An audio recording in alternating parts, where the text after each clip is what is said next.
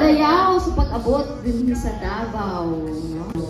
Thank you very much no, for coming over and helping us out, no, especially in this the conduct of this training no, for our pilot municipalities and provinces. I'd like also to greet our partners no, from the local government units who are present.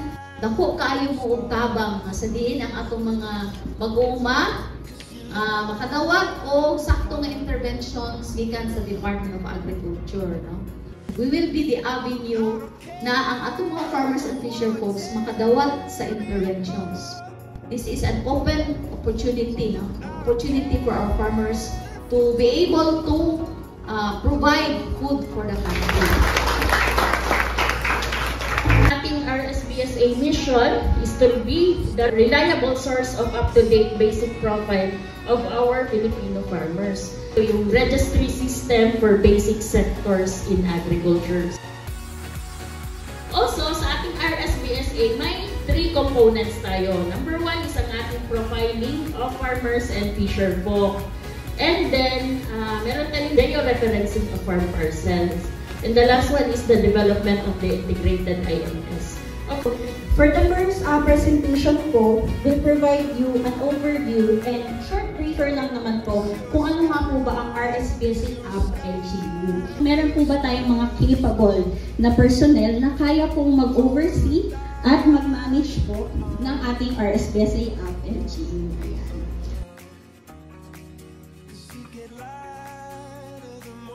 The privacy compliance. Kasi nga po, meron na po tayong obligasyon sa batas ma-comply ang Data Privacy Act. Personal or sensitive of the first party, which is the DA, including that of the agri-fishery stakeholders collected through profiling and updating. May kita na natin yung mga ganun na registration ng mga farmers na nagpa-register sa ating RSPC. And isang record lang dapat ang meron sa ating database at malaman rin natin na buhay dapat yung partner. Dito, kayo na mag-include, kayo na mag-upload at verification na lang si DRFO. Mas pinapalawang nga natin yung capability ng registration. Gusto natin lahat ng farmers is makaregister ng hindi nahihirapan.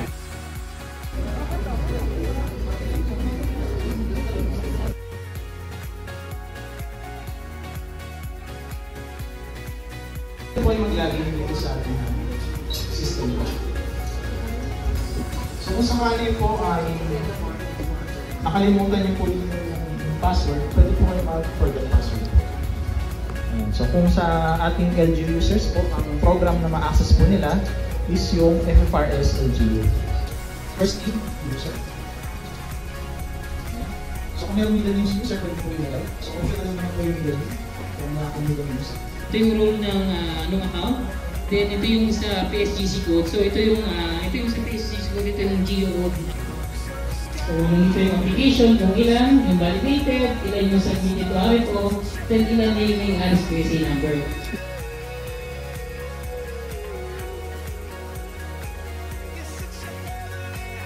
Sa 1 hectare niya, may isang hektarya sa nakukunan, tapos may isang hektarya sa kakao, since intercropping. So makalagay doon, since 1 hectare lang, 2.5. Yes po. Mukhang yung sinasabi niyo po kasi ng monocropping, nakaka-capture na po siya dito sa pinag-uusapan po natin na halimbawa, isa lang naman po talaga yung tanim niya na commodity sa lupa. Monocrop po siya doon or yun po, wala po siyang ka-intercrop, gano'n.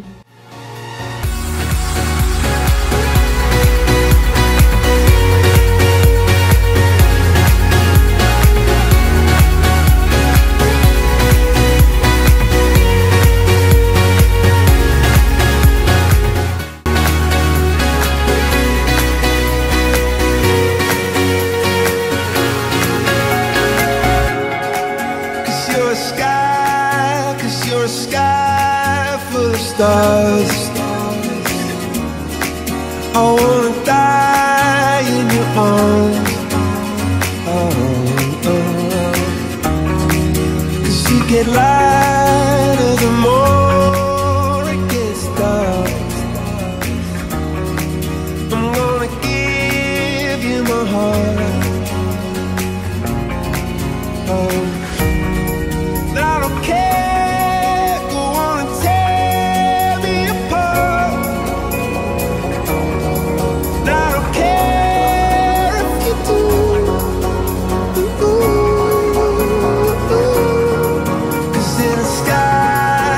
face in a sky full of stars.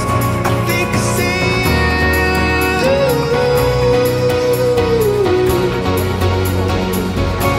I think I see